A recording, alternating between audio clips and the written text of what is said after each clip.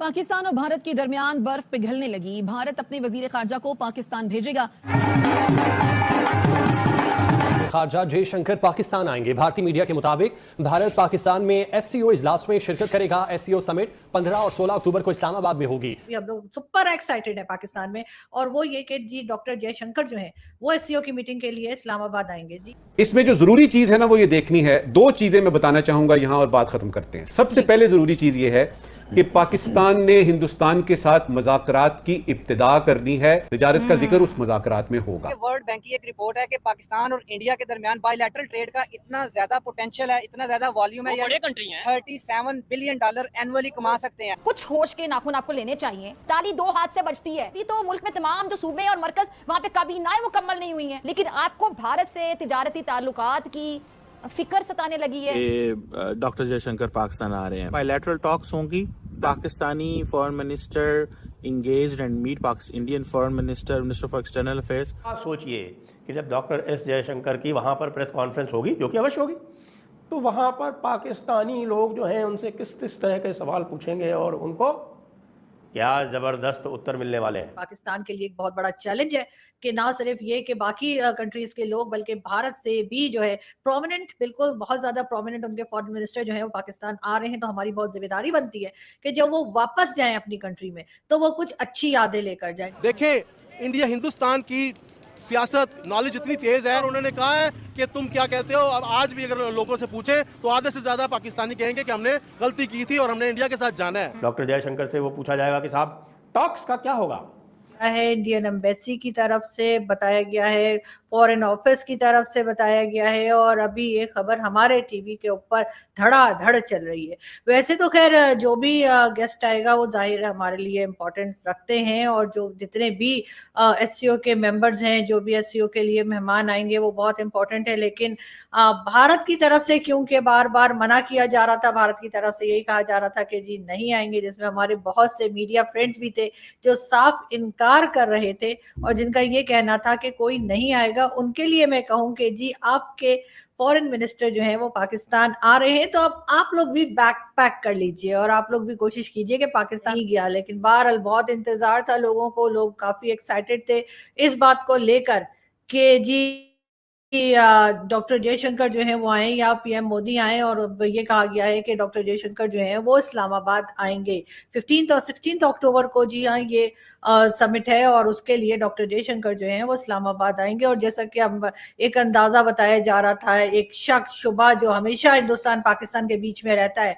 कि न जाने क्यों इस वक्त ही जाकिर नाइक जो है उनका विजिट भी पाकिस्तान में है, और क्या ये इसलिए रखा गया है ताकि कि इंडिया से कोई और जो है, या कह लीजिए कि जो उनकी गवर्नमेंट के लोग हैं वो एससीओ की मीटिंग में आने से थोड़ा सा पीछे हट जाएं। लेकिन ऐसा नहीं हुआ और ये एक बहुत पॉजिटिव साइन है। मेरे ख्याल से एक बहुत पॉजिटिव साइन है, इसलिए कि कई दिनों से, कई टाइम से हम देख रहे हैं कि किस तरह से हिंदुस्तान पाकिस्तान एक दूसरे के खिलाफ स्टेटमेंट्स चल रही हैं। पीएम मोदी के जो इलेक्शंस थे, इलेक्शन से पहले से ये बात चल रही थी, उसके बाद जी कश्मीर इलेक्शंस शुरू हुए और कश्मीर इलेक्शंस का अभी जो है वो 4 को, यानी कि आज जो है वो रिजल्ट आना है। अब देखते हैं कि क्या रिजल्ट आता है। लेकिन वो कश्मीर इलेक्शंस जो थे वो भी खैरियत के साथ जो है वो निपट गए, यानी कि खैरियत के साथ कंप्लीट हो गए।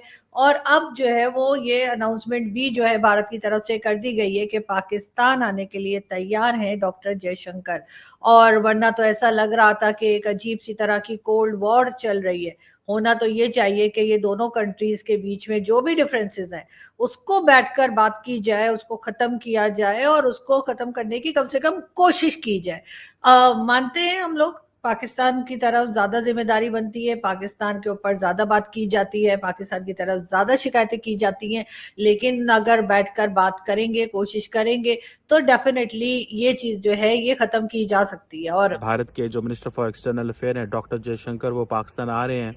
और ये मैं आपको बात बताऊं कि 2015 के अंदर last time heart of Asia एक कॉन्फ्रेंस हुई थी अफगानिस्तान के हवाले से, रीजनल कनेक्टिविटी, पीस के हवाले से, तो तब सुषमा स्वराज साहबा जो थी वो पाकिस्तान आई थी, तो ये हो गई। अब देखिए डॉक्टर जयशंकर जब से 2019 के अंदर मिनिस्टर फॉर एक्सटर्नल अफेयर बने हैं, आप देखें कि उन्होंने कभी पाकिस्तान का दौरा नहीं किया, और पर्टिकुलरली जब बालाकोट एयर स्ट्राइक और ये सारा कुछ हुआ तो उसके बाद तो बिल्कुल ही मुमकिन नहीं रहा कि दौरा करना और ये सारी चीज़ें करनी। अब मैंने पिछली जो कन्वर्सेशंस की थी SCO के हवाले से कि Indian prime minister Narendra Modi Pakistan नहीं आएंगे, मैंने लॉजिक दी थी कि उन्होंने डॉक्टर जयशंकर को अस्ताना कजाकिस्तान भेजा था। ये उस चीज़ का शाखसाना है कि इंडिया जो है वो प्राइम मिनिस्टर लेवल पे इंगेज नहीं करना चाहता एट दी SCO। उसकी मैंने मल्टीपल रीजंस आपको बताई थी। पहली रीज़न तो ये बताई थी कि इट्स अ क्लियर मैसेज कि जी पाकिस्तान भी नहीं हम जा रहे। अगर हमने डॉक्टर जयशंकर को उधर भेजा है तो जारी बात है वज़ीर आज़म मोदी क्यों पाकिस्तान आएंगे। So that is one thing.